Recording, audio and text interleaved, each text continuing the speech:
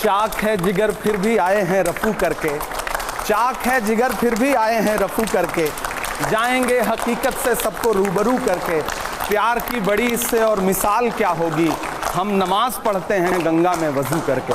स्वागत है, आइए। इमरान जी हमारे 5 एडिटर्स यहाँ पर हैं। राजगोपालन जी हमारे साथ हैं, विनोद शर्मा जी हमारे साथ हैं, राशिद किदवई जी हमारे साथ हैं, राम गोपाल जी हमारे साथ हैं और राम कृपाल जी हमारे साथ हैं और कार्तिकेय शर्मा हमारे साथ हैं। आपका जोरदार स्वागत। और सबसे पहले तो मैं आपसे ये पूछना चाहूंगा कि जिन मंचों पर आप सुपरस्टार हो चुके थे, वहां बड़े बड़े शायर कहते थे और सलाह देते थे कि आप क्या मुझको नवाजेंगे जनाबे आली, सल्तनत तक मेरे इनाम में बिक जाती है। वो सियासत का इलाका है, उधर मत जाना, आबरू कूचाए बदनाम में बिक जाती है। गजल के मन से मना किया जाता है कि सियासत में मत जाना, और आप फिर भी आ गए। हाँ, ये मेरी हिम्मत थी और मुझे ऐसा लगता है कि इलाहाबाद विश्वविद्यालय की पढ़ाई जो है वो आपको वो तेवर सिखाती है कि आप समाज को अगर बदलना चाहते हैं तो हर उस फील्ड में जा कर के खुद को आजमाइए जहां से आपको लगता है कि समाज को कंट्रोल किया जा रहा है, देश को कंट्रोल किया जा रहा है।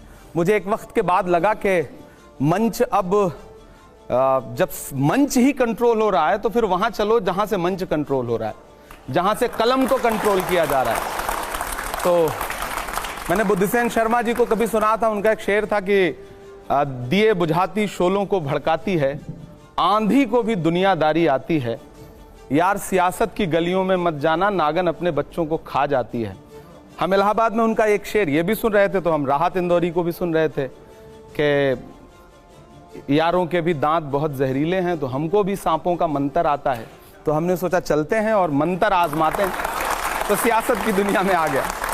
एक हमारे साथ एडिटर साहब हैं जिन्होंने इस फैमिली को कवर किया है, काफी सीनियर जर्नलिस्ट है। विनोद जी, आपका सवाल। फैमिली को नहीं, मैं उस पार्टी को कवर किया है। शो नहीं, मैं एक सवाल ये पूछना चाहता हूँ कि आपने कुछ नज्म लिखी है कोई राहुल गांधी पे या प्रियंका गांधी पे?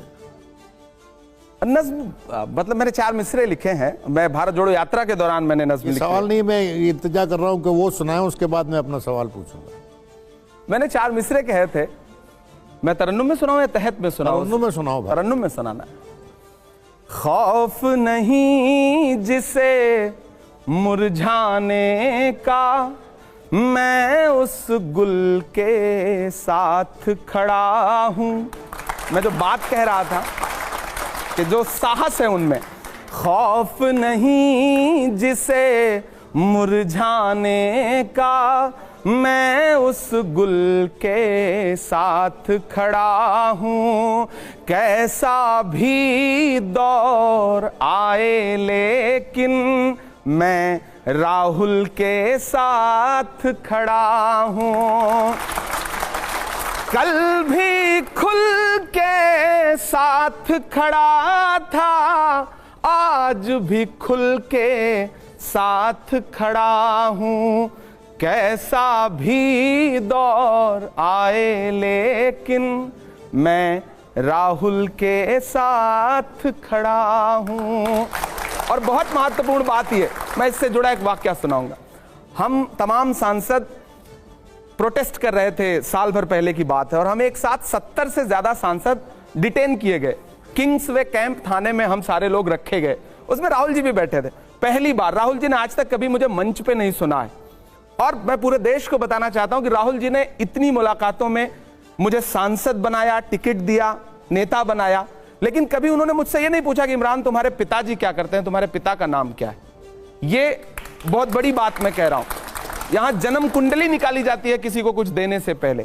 तो पहली बार उन्होंने, हम सब बैठे थे, ये हुआ कि 4-5 घंटे यहां डिटेन रहना है तो कुछ सब अपनी प्रतिभा का प्रदर्शन करें।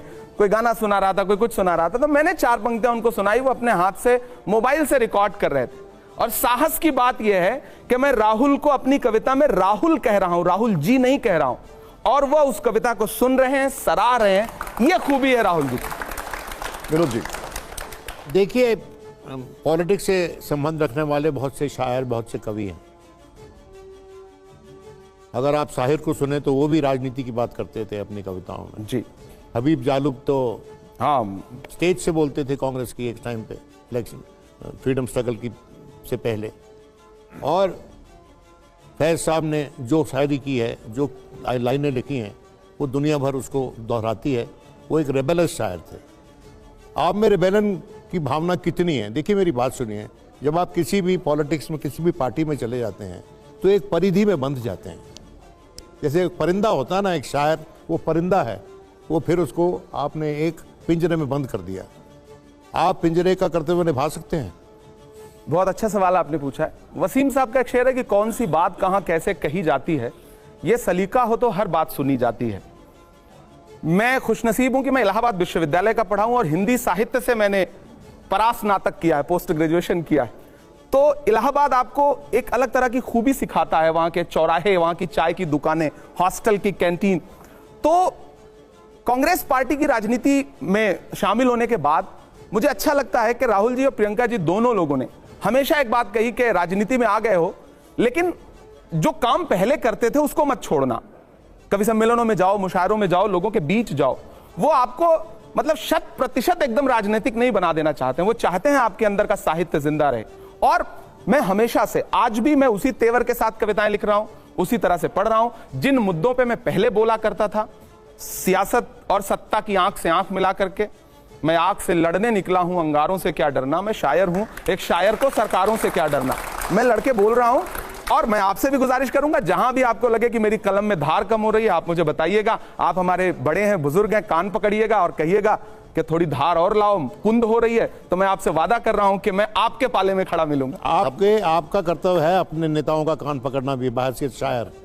एक बड़े शायर, बड़े हिंदी के कवि होते थे, उन्होंने पंडित जी के मरने के बाद, पंडित जवाहरलाल नेहरू, इतना आइकॉनिक फिगर, उनके देहांत के बाद लाइनें लिखी थी।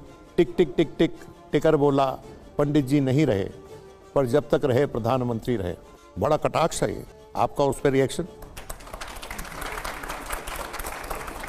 जिन्होंने कविता, आप जिन कवि का जिक्र कर रहे हैं, मैं उनके साहस को भी सलाम करूंगा और कांग्रेस पार्टी और बाद के नेताओं की सहनशीलता और साहित्य के प्रति उनके सम्मान का भी शुक्रिया अदा करूंगा।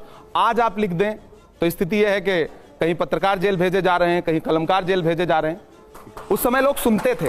नेहरू जी कवि सम्मेलनों में जाके बैठते थे और कवि सम्मेलन सुनते थे, सामने से अपनी आलोचना की कविताएं सुनते थे, मुशायरा सुनते थे। मेरे दो सवाल हैं आपसे इमरान जी। पहला सवाल यह है कि संभल का मसला बहुत गर्म है उत्तर प्रदेश में, तो उस पर आपकी पार्टी और आपका क्या कहना है? आपको लगता है कि मामला अदालत के बाहर निपटाया जाना चाहिए?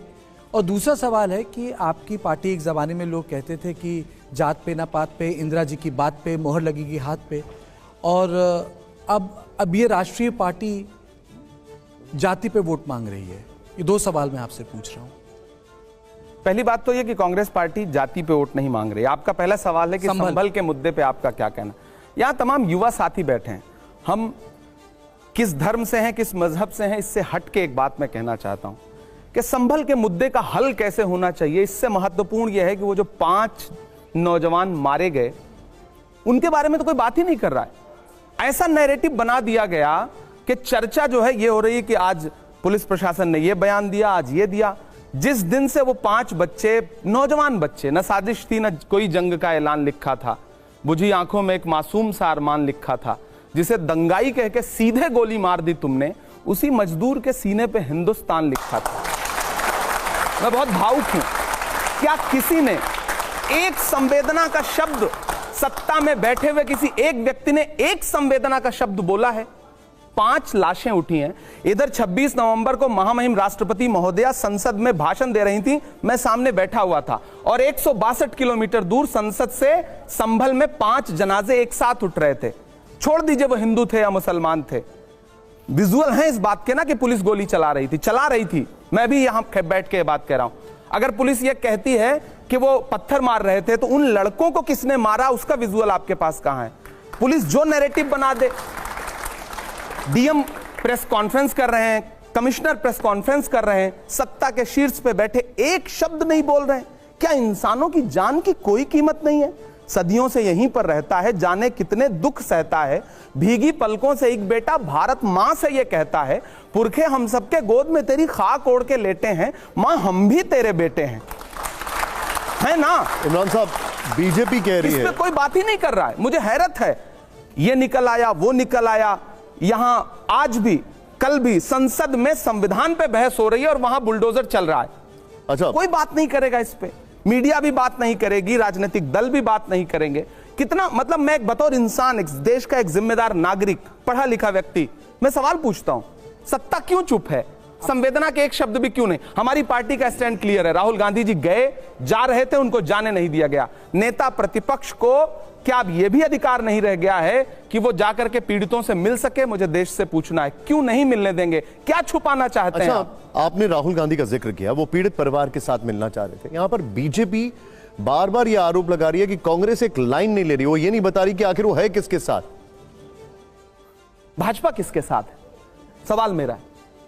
सरकार किसके साथ है? नहीं, वो तो खुल के कह रहे हैं कि हम मंदिर के साथ। हाथ रख करके कसम खाने वाले लोग किसके साथ खड़े हैं? संविधान के साथ, या किसी धर्म के साथ, किसी इंसान के साथ, किसी जाति के साथ, किसी मजहब के साथ? इंसान के साथ क्यों नहीं? पीड़ितों के साथ क्यों नहीं? योगी जी कह रहे हैं खुलकर कि अगर वहां पर विष्णु का 10वां अवतार होगा तो हम वहां पर उसी के साथ हैं। अवतार हो, उससे किसको इनकार हो सकता है?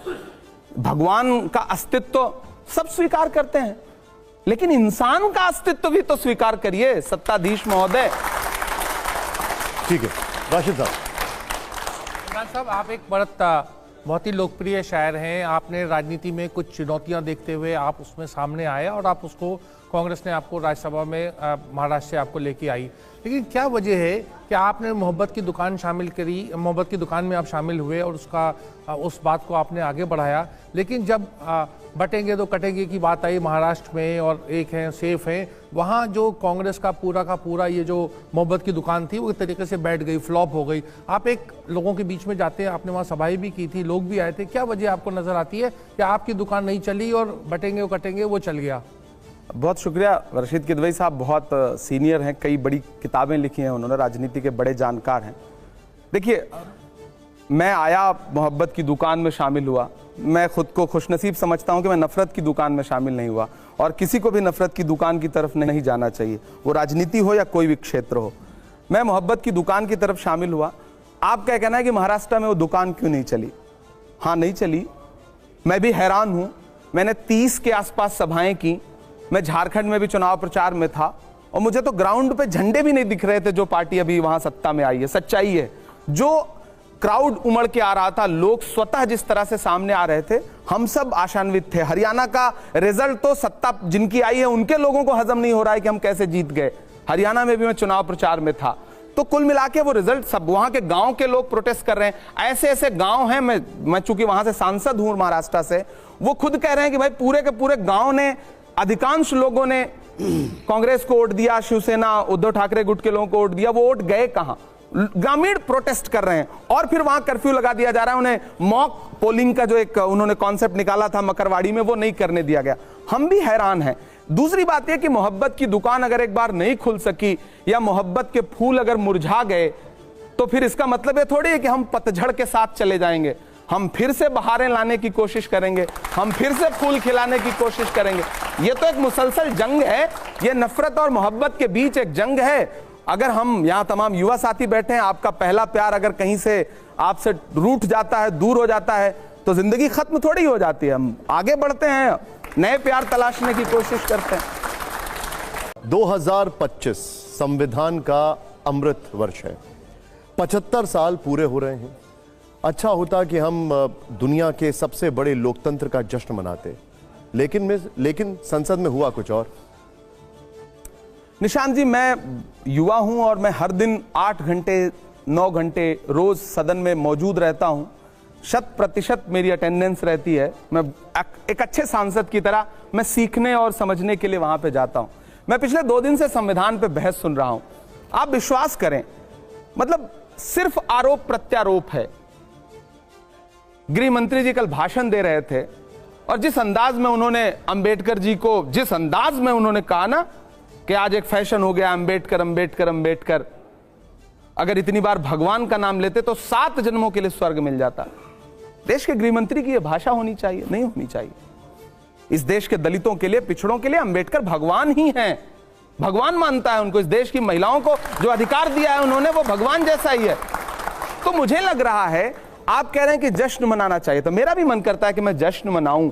मेरा भी मन करता। 75 वर्ष हम लेके आए थे संविधान को, कांग्रेस पार्टी संविधान लेके आई थी। आप अंदाजा लगाइए कि पंडित नेहरू को 1947 में जो देश मिला था, वहां से उठा करके देश को कहां लेकर के आए। आज आप उन पुरखों को कोसते हैं। एक मिनट, क्या ये अच्छा है? थोड़ा आपको बीच में रोक रहा हूं। इमरान जी, इसके आगे एक मिनट, इसके आगे उन्होंने जो कहा गृह मंत्री ने, सिर्फ उन्हीं का मतलब, असेंबली में इसके आगे बिल्कुल सारे लोग, तो मैं सबका जिक्र कर रहा हूं। इसके आगे गृह मंत्री जी ने यह भी कहा कि ऐसी क्या हो गया था कि अंबेडकर जी को नेहरू जी की कैबिनेट छोड़ के जाना पड़ा। इसके आगे भी तो उन्होंने बहुत कुछ कहा।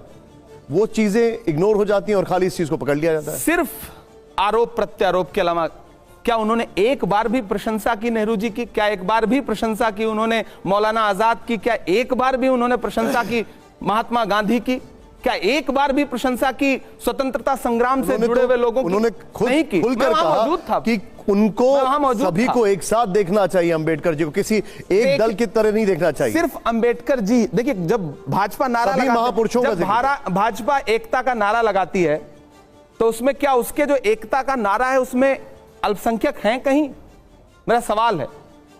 और जब अल्पसंख्यकों की बात होती है तो मैं तो सरकार से पूछना चाहता हूं कि आपको रतन टाटा नहीं चाहिए? एक मिनट, उनका ये कहना है। मेरा ये पूरा कर लेने दें। क्या भाजपा को अगर सिर्फ बहुसंख्यक वाली बात करनी है तो क्या उन्हें रतन टाटा नहीं चाहिए? क्या उन्हें कलाम साहब नहीं चाहिए? क्या उन्हें जॉर्ज फर्नांडिस नहीं चाहिए? क्या उन्हें होमी जहांगीर भाभा नहीं चाहिए? कलाम साहब का नाम किसने प्रपोज किया था? नहीं, कलाम साहब का नाम किसने प्रपोज किया? कलाम साहब भी उसी समुदाय से आते हैं जिनको लेकर के आप जो भाषण देते हैं। कलाम साहब का नाम किसने प्रपोज किया था? हम अब एक मिनट आगे, एक मिनट जी। क्या नरसिम्हा राव मदन मोहन मालवीय को भारत रत्न नहीं मिला? क्या सरदार पटेल की स्टैचू नहीं बनी? निशांत जी, आपको लगता नहीं कि अटल बिहारी वाजपेयी जी और नरेंद्र मोदी जी में जमीन आसमान का? मैं नरसिम्हा राव मदन मोहन मालवीय की बात कर रहा हूं। आपको अंतर नहीं। आपने कहा ना किसने नाम प्रपोज किया था? नाम प्रपोज किया था उस दौर में अटल बिहारी। आपको लगता है कि यह भाजपा अटल बिहारी वाजपेयी जी की भाजपा है? आपको लगता है?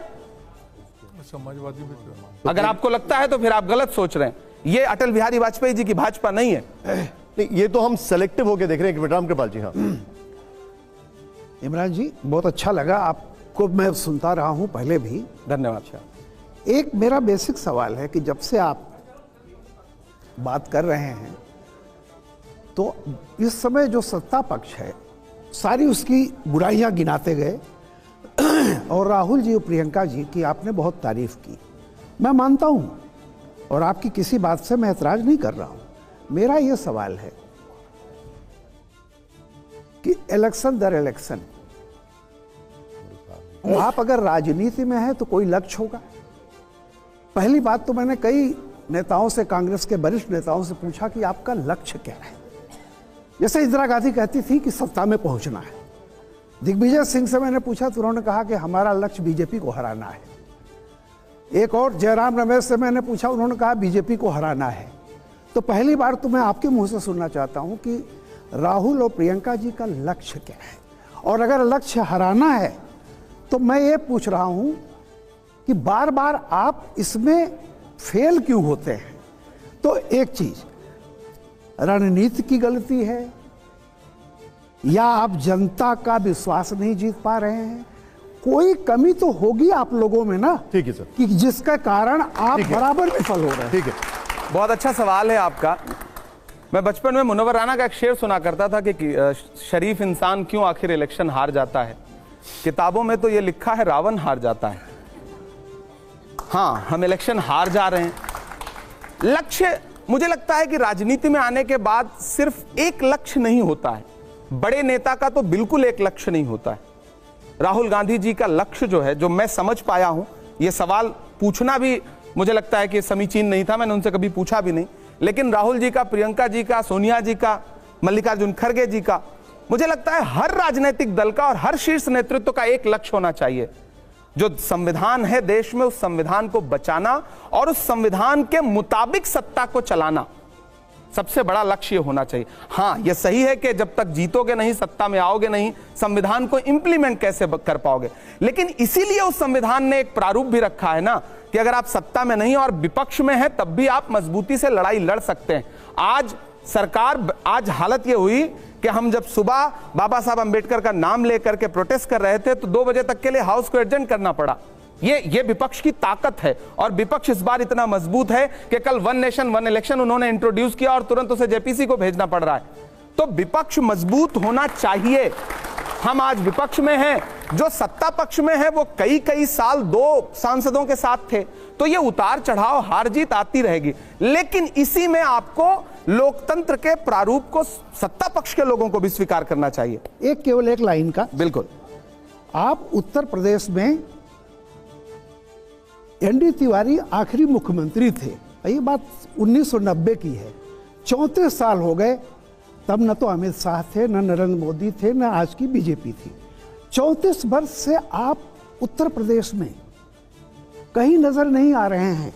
इसके लिए आपने सोचा, आज की मौजूदा सत्ता तो मैं मान ले रहा हूं तमाम चीजें होंगी, ठीक है, लेकिन 34 साल से आप उत्तर प्रदेश में नहीं है। हम वहां सत्ता में नहीं है, हम ये बात को स्वीकार करते हैं। और कमियां तो जाहिर सी बात है, हम अगर सत्ता में नहीं है, हम राजनीतिक तौर पे बहुत ज्यादा सत्ता के करीब नहीं है, तो कमियां तो रही हैं, बुजुर्गों से होती हुई यहां तक आई हैं, उसे सुधारना है। लेकिन हम आपको यह आश्वस्त करते हैं, हाथरस हो, संभल हो, किसी भी पीड़ित परिवार हो, बिजनौर हो, मुजफ्फरनगर हो, आप जब भी नजर उठा के देखेंगे तो आप ये पाएंगे कि राहुल जी हो, प्रियंका जी हो, जब भी जरूरत पड़ी है ये लोग पीड़ितों के साथ वहां जरूर खड़े नजर आए।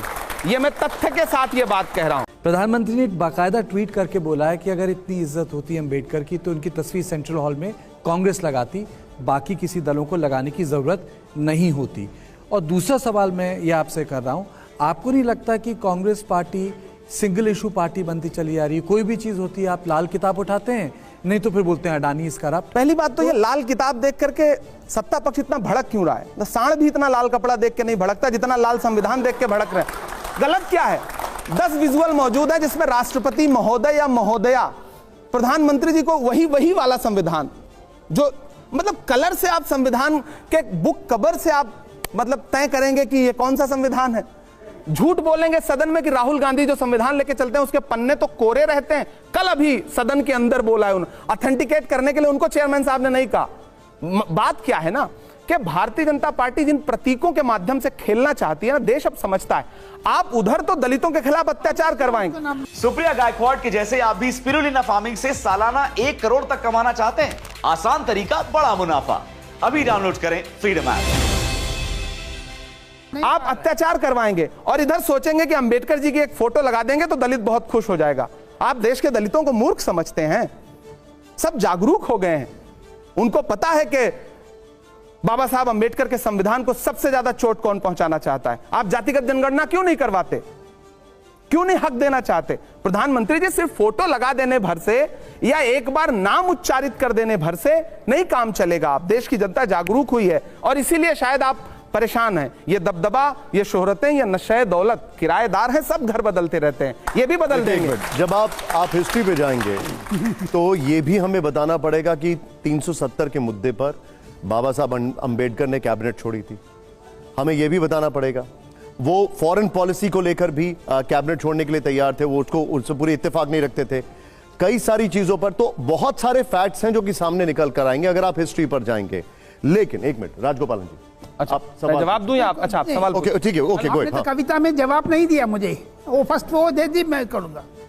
वो कविता में आपसे जवाब लेना चाह रहे हैं सर। मैं देखिए इसके बाद मैं निशांत जी से अनुरोध करूंगा कि एक आध दिन अलग से हम आप बैठे, मैं आप सबको घर पे चाय पे बुलाऊंगा और खूब सारी कविताएं। आपकी पॉपुलैरिटी है, मजबूरी है कि मैंने आपसे इमरान साहब आप निशांत जी कह रहे थे कि इतिहास में जाएंगे जी, तो इतिहास में जाएंगे तो आपको कल गृह मंत्री जी भाषण देते देते बोले हिंदू कोड बिल लाए। विरोध किसने किया था हिंदू कोड बिल का?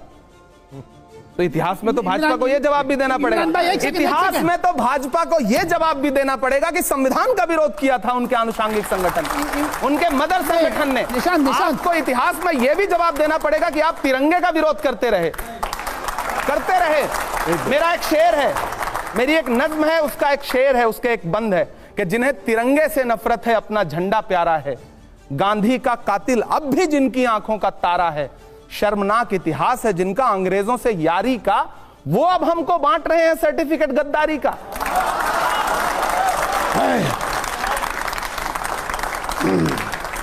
इमरान जी, बहुत अच्छे अंदाज में आपने वर्तमान सत्ता की बखिया उधेड़ी है और समाज की जो समस्याएं हैं, तो कांग्रेस पार्टी ने समस्याएं तो गिनाई, विकल्प क्यों नहीं बन पा रही है, इसका एक मैं जवाब दे रहा हूं, एक सवाल पूछ रहा हूं एक शेर के माध्यम से, जो स्वागत है। यह है कि आप थोड़ा सा ध्यान दीजिए। सुना है लूट लिया है किसी को रहबर ने, यह वाकया तो आपकी दास्तां से मिलता है। इसलिए कि शरद पवार से लेकर के ममता बनर्जी, और अभी आप कह रहे थे कि नई संसद क्यों बनाई, कल ही उमर अब्दुल्ला ने कहा है कि बहुत अच्छा काम किया है नई संसद बना के मोदी ने, ये अखबारों में भी आया है। वहां से लेके ममता बनर्जी सारे, ये जो आपके सहयोगी हैं, यही वो रहबर तो नहीं है मेरा। नहीं, देखिए सर, सबसे पहली बात ये कि बहुत सारे मुद्दे हैं कि जिस पर हमारे सहयोगी दल जरूरी नहीं कि मतलब हमारे जैसी ही राय रखते हो, लेकिन जब बड़ा कॉज सामने होता है, जब बड़ी बात सामने होती है, तो उस मुद्दे पर आपको एकजुट दिखते हैं। मुझे बताइए, क्या भाजपा गठबंधन के सारे लोग एक जैसा दिखते हैं? मैं सुनिए, मैं एक सिर्फ उदाहरण दूंगा। उत्तर प्रदेश में एक नेता है ओम प्रकाश राजभर, उनके भाषण सुने हैं आपने नरेंद्र मोदी जी के बारे में? वो भाजपा के गठबंधन में इन दिनों। जीतन राम मांझी दी भाजपा की कैबिनेट में, नरेंद्र मोदी जी की कैबिनेट में है। भगवान श्री राम को लेकर, मर्यादा पुरुषोत्तम राम जी को लेकर के उनके वक्तव्य सुने हैं आपने? भाजपा ऑफिशियल स्टेटमेंट जारी करके बताए कि क्या वो मांझी के बयान से सहमत है? नहीं, बिल्कुल सही है। आप बगले झांकने लगेगी भाजपा। होता क्या है ना कि आप बहुत सारे मुद्दों पे, आपकी राज्य की जो राजनीति है और सेंटर की जो राजनीति है, दोनों के मुद्दे अलग हैं। कुछ मुद्दे ऐसे होते हैं जिसपे आप सेंट्रल पॉलिटिक्स करने वालों से हो सकता है थोड़े से असहमत हो, लेकिन यही तो अच्छी बात है ना। यहां बैठे हुए बहुत सारे लोग हैं जो मुझसे, मेरी बातों से हो सकता है असहमत हो, लेकिन जब मैं अच्छी बात बोल रहा हूं तो ये ताली बजा रहे हैं, समर्थन कर रहे हैं। दरअसल इतनी ही उदार होनी चाहिए राजनीति। हां, हम जीते नहीं, लेकिन यह भी सच है कि 2024 के चुनाव में 400 पार का नारा लगाने वाले लोग 240 पे आके अटक गए, और ये अटकना ही है कि आज संविधान के 75 सालों का जश्न मन रहा है, वरना जश्न न मन रहा होता, कई अमेंडमेंट अब तक हो रहे होते। और ये जो आज बाबा साहब अंबेडकर को लेकर के अहंकार भरी बात बोलने का साहस आया है, ये भी आया है क्योंकि महाराष्ट्र और हरियाणा येन केन प्रकारेण जीत गए, वरना ये जबान भी ना निकलती, ये भाषा भी ना इस्तेमाल होती। तो राजनीति में होता है, हां, लेकिन फिर भी हम एक मजबूत विपक्ष की तरह लड़ रहे हैं, लड़ते रहेंगे, और इतिहास ये कहेगा जीत हार अपनी जगह है। मैं डरा नहीं, मैं झुका नहीं, कहीं छुप छुपा के खड़ा नहीं। जो डटे हुए हैं महाज पर, मुझे उन सफों में तलाश कर। हम लड़ रहे हैं, राहुल गांधी जी लड़ रहे हैं। इमरान साहब, जी, राशिद साहब, सर, हाँ please go ahead, Vinod ji. Imran साहब, आप अच्छी बात करते हैं, लेकिन जब हम संसद देखते हैं, और बरसों से देख रहे हैं, जो आज की संसद है तात्कालीन, जो आपका पक्ष है जिसके पास वो इंस्टीट्यूशनल मेमोरी है संविधान के बारे में, उससे ज्यादा इंस्टीट्यूशनल मेमोरी तो किसी पार्टी के नहीं है। बिल्कुल सर। लेकिन जब बहस हुई तो हमारे मित्र जो अभी आपको इंगित कर रहे थे, फर्स्ट अमेंडमेंट जो कि प्रोविजनल पार्लियामेंट लाई थी, ये कथन गलत है कि बिना किसी पार्लियामेंट के वो आ गई थी। इट वॉज प्रोविजनल पार्लियामेंट, जो कॉन्स्टिट्यूएंट असेंबली ने अपने आप को प्रोविजनल पार्लियामेंट में तब्दील किया था। और फर्स्ट अमेंडमेंट वॉज अगेंस्ट जमींदारी पता and reasonable restriction on freedom of speech, जो आज तक हैं, किसी ने हटाया नहीं। आप लोगों उस वक्त तुरंत जवाब क्यों नहीं देते? अपना पढ़ाया हुआ पाठ खुद ही भूल गए। हाँ, आप अपने इतिहास को भूल गई, आपकी पार्टी, आप क्योंकि अपने इतिहास को भूल गई, इसलिए आपके विपक्षी जो हैं अपने इतिहास को आपके इतिहास में थोप रहे हैं। सर, बहुत अच्छी बात आपने कही, आपका शुक्रिया कि आपने वो चीजें याद दिलाई। मैं मानता हूं, और मैं लगातार थोड़ा निराश भी हूं सदन की कार्रवाई को देख करके। बहुत सारे मुद्दे ऐसे हैं, सच में, मतलब बाहर लोगों को लगता है आज भी देश का एक बड़ा वर्ग है, खेतों में खलिहानों में काम करने वाला, गांव का गरीब मजदूर, उसको लगता है कि हमारी बात अगर संसद में उठ गई तो बहुत बड़ी। मेरे सोशल प्लेटफॉर्म पे लाखों लोग फॉलो करते हैं, उनके इनबॉक्स में मैसेजेस होते हैं, भैया हमारा मुद्दा उठा दो पार्लियामेंट में, हमारा मुद्दा उठा दो। हालत यह है कि इस पूरे सत्र में 0 आवर लगाते रहे, स्पेशल मेंशन लगाते रहे, मैं एक शब्द नहीं बोल पाया हूं पूरे पार्लियामेंट में। क्यों? क्योंकि संसद चली ही नहीं। जब संसदीय मर्यादा और संसदीय लोकतंत्र को मतलब एकदम से मिसमार किया जा रहा हो, तो हां, बाहर हम जवाब नहीं दे पा रहे हैं कि हम बोल क्यों नहीं रहे। सच्चाई यह है कि कहा गया है, सुना गया है, कोई न बोले। ज़बां दराजों को मशवरा है, कोई न बोले। अजीब लुकनत पसंद हाकिम से वास्ता है, जो चाहता है, जो सोचता है, कोई न बोले। उन्हें आवाजें पसंद ही नहीं है, उसके लिए वो हर हथकंडा अपनाते हैं कि आप बोल ना पाएं। लेकिन मुझे खुशी है कि एक नई पीढ़ी आई है जो लड़ भिड़ के बोलने की कोशिश कर रही है, और हम आपको आश्वस्त करते हैं सर, आप अपनी इन्हीं जागती आंखों से संसद में लड़ते और बोलते हुए देखेंगे हम लोगों को। ये हम आपको विश्वास दिलाते हैं। 2014 याद है आपको, जब प्रधानमंत्री जी पहली बार प्रधानमंत्री बनकर के देश की संसद में आए थे, तो सर आप लोगों को याद होगा, उन्होंने संसद की सीढ़ियों पे माथा टेका था। फिर 10 साल के अंदर उन्होंने संसद ही बदल दी। इस बार संविधान को माथा टेका है। अगर संविधान को खतरा नहीं है तो मुझे खुल के बताए भाजपा ना, लल्लू सिंह पर, ज्योति मिर्धा पर, अनंत हेगड़े पर, अरुण गोविल पर क्या कार्रवाई किया? खुल के कह रहे थे ना कि हमें बहुमत दीजिए, हमें संविधान बदलना है। क्यों बदलना चाहते हैं आप संविधान? एक मिनट, क्यों बदल, वो सवाल उठता है ना। कोई कार्रवाई नहीं की उन्होंने। बार बार अभी जो उनका एक पॉइंट ऑफ व्यू है वो ये है कि 16 साल में हमने 22 बार संशोधन किया और आप लोगों ने तो 75 बार किया, हमने तो कभी नहीं कहा ये सब। आप ये 22 बार में बार बार आपने एक यहां पर लाइन सेट कर दी है कि देश खतरे में है, संविधान खतरे में। नहीं, खतरे में अगर नहीं है तो मैं पूछ तो रहा हूं ना कि आपने उन 4 नेताओं, जो चारों बड़े नेता, अनंत हेगड़े उनके बड़े नेता हैं, लल्लू सिंह फैजाबाद अयोध्या से सांसद थे, वो हार गए, उनका भाषण सुनिए आप। अरुण गोविल, जिनको मुंबई से ला करके मेरठ से चुनाव लड़ाया गया, उन्होंने कहा, क्यों कहा था? क्या कभी नरेंद्र मोदी जी ने, जेपी नड्डा जी ने, अमित शाह जी ने उन अपने नेताओं को बुला के कहा कि आपने क्यों कहा यह बात कि हमें संविधान बदल? हम क्यों ना कहें कि खतरे में है? खतरे में नहीं है। अगर खतरे में नहीं है तो मुझे बताइए ना कि लोग मारे जा रहे हैं। मध्य प्रदेश में एक जिला है सीधी, वहां पे प्रवेश शुक्ला नाम का एक व्यक्ति एक आदिवासी के मुंह पे खुलेआम पेशाब करता है, उसके विजुअल देश के सामने जाते हैं। खतरे में नहीं है तो और क्या है? ये खतरा ही तो है। खतरा और क्या होता है? अगर लोग खतरे में हैं, नागरिक खतरे में हैं, तो खतरा ही तो है ना। अगर आनुषंगिक संगठन भारतीय जनता पार्टी के खुलेआम जिस भाषा का इस्तेमाल करते हैं, प्रधानमंत्री जी एक शब्द बोलते हैं उस पे, आप मुझे बताइए ना। मैं बहुत नेता बन के बात नहीं कर रहा हूं, मैं एक साहित्यकार और एक इंसान बन के बात कर रहा हूं। अगर आप ये नेता, जिस राहुल गांधी जी, सिर्फ एक बात कर रहा हूं, मुझे एक बात पूरी कर ले। राहुल गांधी जी संभल के पीड़ितों से मिलते हैं, संविधान की शपथ लेने वाले गिरिराज सिंह उस फोटो को शेयर करते हुए लिखते हैं कि मीटिंग जिहाद। मैं देश के सभ्य लोगों से पूछना चाहता हूं, किसी पीड़ित से मिलने का मतलब आप लिखेंगे कि मीटिंग? आप कौन सी भाषा का इस्तेमाल कर रहे हैं? देखिए, क्या प्रधानमंत्री जी को यह बात पता नहीं चलती है? आप जो जिक्र कर रहे हैं, आप कौन सी राजनीति कर रहे हैं? आपने जो जिक्र किया, उनका काउंटर यहां पर यह आता है कि संविधान खतरे में था जब इमरजेंसी हुई थी, संविधान खतरे में था जब 84 हुआ था, उसको लेकर तब संविधान खतरे में था। आप उसको कैसे भूल जाते? देखिए, इंदिरा गांधी जी ने एक गलती की थी, अपने एक पीए या पीएस जो भी रहे हो, यशपाल जी उनका आप सब जानते होंगे, मेरी उम्र कम है, उनका इस्तेमाल किया था, उस बुनियाद पर उनकी सदस्यता खत्म कर दीजिए गई। यहां तो भाजपा पूरी मशीनरी, पूरा सिस्टम इस्तेमाल कर रही है। प्रधानमंत्री जी को तो एक सेकंड पर इमरजेंसी की बात कर रहा हूं। मैं ये जो अघोषित इमरजेंसी है, इस पे बात क्यों नहीं कर रहे हैं? पिछले 10 साल से देश में अघोषित आपातकाल है। और इंदिरा जी का साहस देखिए, कांग्रेस पार्टी का साहस देखिए, माफी मांगी ना, ये कहा कि हाँ ठीक है गलती हुई थी। राहुल गांधी जी ने कहा, बीजेपी कहती है, भाजपा कभी कहती है कि हमने जो अघोषित आपातकाल लगाया है, जो पार्टी मौलिक अधिकार छीन ले, उसके पास कोई नैतिक अधिकार ही नहीं है कहने का कि संविधान खतरे में। जिसने इस देश के नागरिकों को मौलिक अधिकार देने की वकालत की लड़ाई लड़ी और दिया, तब तो नेहरू जी के सामने मतलब भारतीय जनता पार्टी का कोई वजूद था नहीं था ना। फिर भी नेहरू जी ने क्या बड़ा दिल रहा होगा नेहरू जी का, कभी सोचिए ना आप। और मैं तो अक्सर कहता हूं कि पुरानी संसद बदली क्यों उन्होंने, कभी सोचा आपने? जब वो सेंट्रल हॉल जाने के लिए अंदर जाते हैं, रशीद साहब, विनोद जी, आपने देखा होगा, तो नेहरू जी की एक आदम कद मूर्ति लगी है। मुझे लग रहा है कि जब भी गुजरते रहे होंगे ना, तो नेहरू का कद असल वाला समझ में आता रहा होगा, तो उनको लगा होगा कि बदल दो। यहां पर मैं तस्वीरें दिखाऊंगा, आपको यहां खड़ा होना है, आपको यहां खड़ा होना है।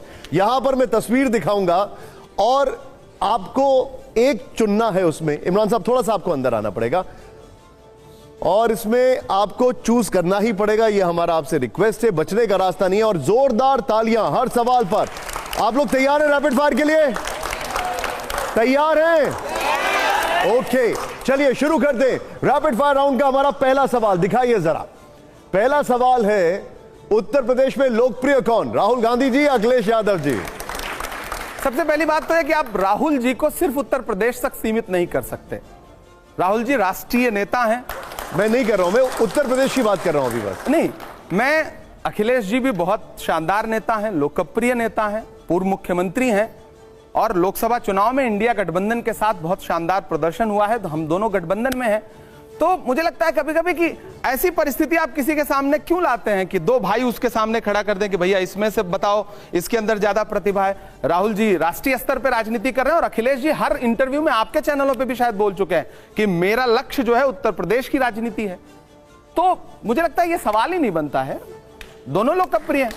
अच्छा, आप शायर हैं, मैं चाहूंगा हर जवाब पे, हर सवाल पे जोरदार तालियां बजे और खूब खूब खूब हौसला अफजाई के जो जोरदार तालियां हो अगले सवाल से पहले। चलिए, अब ये सवाल तो आपने आउट ऑफ सिलेबस कर दिया है, अगला सवाल दिखाइए। इसको आउट ऑफ सिलेबस मत करिएगा, ये आप ही के सिलेबस का सवाल है। बेहतर कवि कौन है, कुमार विश्वास जी, मनोज मुंतशिर जी या मुनव्वर राणा जी? देखिए, एक चुनना है। सवाल में मैं एक क्लियर जवाब दूंगा इसका। मुनव्वर राणा कम से कम 1 लाख किलोमीटर आगे हैं दोनों से। ठीक है, मतलब कोई जोड़ ही नहीं, कोई तुलना ही नहीं। ठीक है, अभी आप जो नाम लेके सोच रहे थे कि नाम ले सकते हैं, नहीं ले सकते, हम ले लेते हैं, लेकिन जोरदार तालियां हो, जोरदार तालियां। अगले सवाल से पहले आइए जरा, दिखाइए जरा, यहां पर हमारा अगला सवाल क्या है, प्ले करिए। बेहतर उद्योगपति कौन, गौतम अडानी या जॉर्ज सोरोस? पहली बात तो ये कि इनका तो मतलब इनके बारे में तो मुझे लगता है कि हमारे जो विदेश मंत्री हैं जयशंकर जी वो ज्यादा जानते हैं, क्योंकि उनके बेटे का नाम जुड़ा। कई भाजपा के सहयोगियों के साथ सहयोगी ऐसे हैं जिन्होंने इनके फाउंडेशन से वो लिया है, फंड लिया है। वो बहुत अच्छे उद्योगपति हैं क्योंकि उन्हें पता है कि सरकार से कैसे काम लेना है और सरकार को अपना बना के कैसे रखना है। मतलब दोनों में बेहतर कौन है? देश का प्रधानमंत्री जिसके लिए काम करे उससे बड़ा उद्योगपति कौन हो सकता है? ठीक है, आप इन दोनों में से एक को किसको चुनेंगे? नहीं मतलब भाई, हम इन दोनों में से तो कोई भी मुझे गोद ले ले, मैं तो खुश ही रहूंगा। ठीक है, हमारा अगला सवाल जरा प्ले करिए। अगला सवाल जो है उसके लिए जोरदार तालियां हो पहले। बेहतर नेता कौन, अतीक अहमद या मुख्तार अंसारी? दोनों जनप्रतिनिधि रहे हैं, ये कई बार के विधायक रहे हैं, वो कई बार के सांसद रहे हैं और मैं जिस क्षेत्र में इलाहाबाद विश्वविद्यालय में पढ़ता था वो फूलपुर से सांसद थे।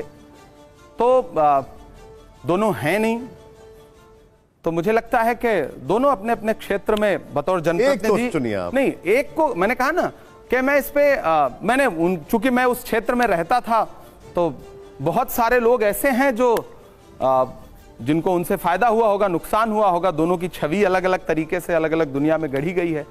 तो मुझे आप बस टच करने वाले थे फिर पीछे हट गए। कौन है बेहतर नेता? नहीं, आप मतलब आपके हिसाब से तो सवाल का जवाब नहीं दूंगा ना। बिल्कुल नहीं, अपने हिसाब से बता दीजिए। शब्द है, मैं यही तो जानना चाहता हूं, आपके हिसाब से बेहतर कौन है? नहीं, अब मुझे लगता है कि देखिए फिर से सवाल देखिए, बेहतर नेता कौन? नेता देखिए, अगर इस पैमाने पे आप जाएंगे तो वो सांसद और विधायक दोनों रहे, ये सिर्फ विधायक रहे।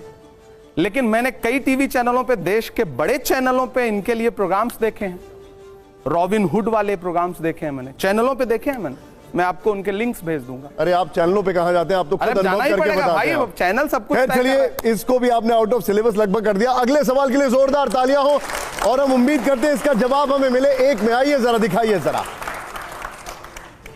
दिखाइए जरा, ये है बेहतर वक्ता कौन, असदुद्दीन ओवैसी या अकबरुद्दीन ओवैसी? जब मैं खड़ा हूं तो आपको ये सवाल पूछना ही नहीं चाहिए, पर्सनल चॉइस। और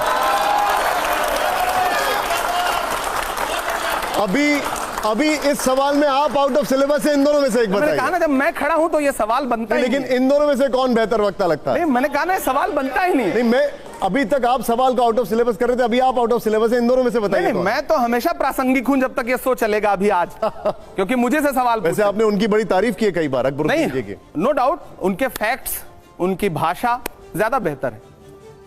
लेकिन मैं बात कर रहा हूं, अकबरुद्दीन जी की भी आपने कई बार तारीफ की है। मीडिया के पसंदीदा ये हैं, आपके भी हैं आपके। अच्छा ये बता दीजिए, थोड़ा सा ट्वीट करता हूं, आपके इन दोनों में से पसंदीदा कौन है? नहीं देखिए, पसंदीदा जैसा मतलब कोई शब्द मुझे नहीं लगता कि हम हमारे नेता और हमारे पसंदीदा आप पूछेंगे तो राहुल गांधी हैं। ठीक है, अब जो अगला सवाल है वो सारे एडिटर्स और सारी ऑडियंस जरूर जानना चाहेगी। जोरदार तालियों के साथ हमारा अगला सवाल पेश करिए जरा, दिखाइए जरा, दिखाइए। हमारा अगला सवाल है, सदन का बेहतर संचालक कौन, धनखड़ साहब या ओम बिरला जी? आपने पहली बार मुंह मोड़ा है। मैं पहली बार, देखिए एक्चुअली मैं सदन का सदस्य आप क्रिकेट खेलते थे क्या? मैं, हाँ क्रिकेट तो आप डक बहुत कर रहे हैं, मैं देख। नहीं, मैं मतलब मुझे लगता है कि सच बात है कि सदन का संचालन सही से कहीं नहीं हो रहा है, दोनों जगह। लेकिन इन दोनों में से कोई एक तो बता दीजिए। नहीं, इस सत्र में लोकसभा ज्यादा चली है, राज्यसभा कम चली है। मतलब ओम बिरला जी? हाँ वही है शायद। हालांकि ठीक है, चलिए। उनके पास भी बड़ा भाषाई चातुर्य वैसे ये कहने के लिए भी हिम्मत चाहिए कांग्रेस पार्टी में। जोरदार तालियों आइए। ये शो को मैं वाइंड अप कर रहा हूं, लेकिन उससे पहले, हाँ अरे वाह क्या बात है, लेकिन उससे पहले कुछ 2 लाइनें हम सभी सुनना चाहेंगे कि नहीं सुनना चाहेंगे इस देश के ऊपर? जरा बताइए कुछ 2 लाइनें। नहीं, देश तो देखिए, मेरी एक नज्म है कि मैं तरन्नुम में सुना देता। बिल्कुल, अब माहौल ऐसा बना हुआ है कि सुना देते हैं, और बहुत अच्छा, आपको बधाई देता हूं। पहली बार बहुत शानदार संपादक आपने बुलाए जिनसे अलग अलग मिलने का मेरा मन था, एक साथ मिल गए। श्रोता बहुत अच्छे, शो बहुत अच्छा, मेरी बड़ी शुभकामनाएं शो के लिए। मेरा मस्कन मेरी जन्नत को सलामत रखना, यह कविता नहीं बल्कि एक दुआ है। मेरा मस्कन मेरी जन्नत को सलामत रखना, मेरे मौला मेरे भारत को सलामत रखना। मेरा मस्कन मेरी जन्नत को सलामत रखना।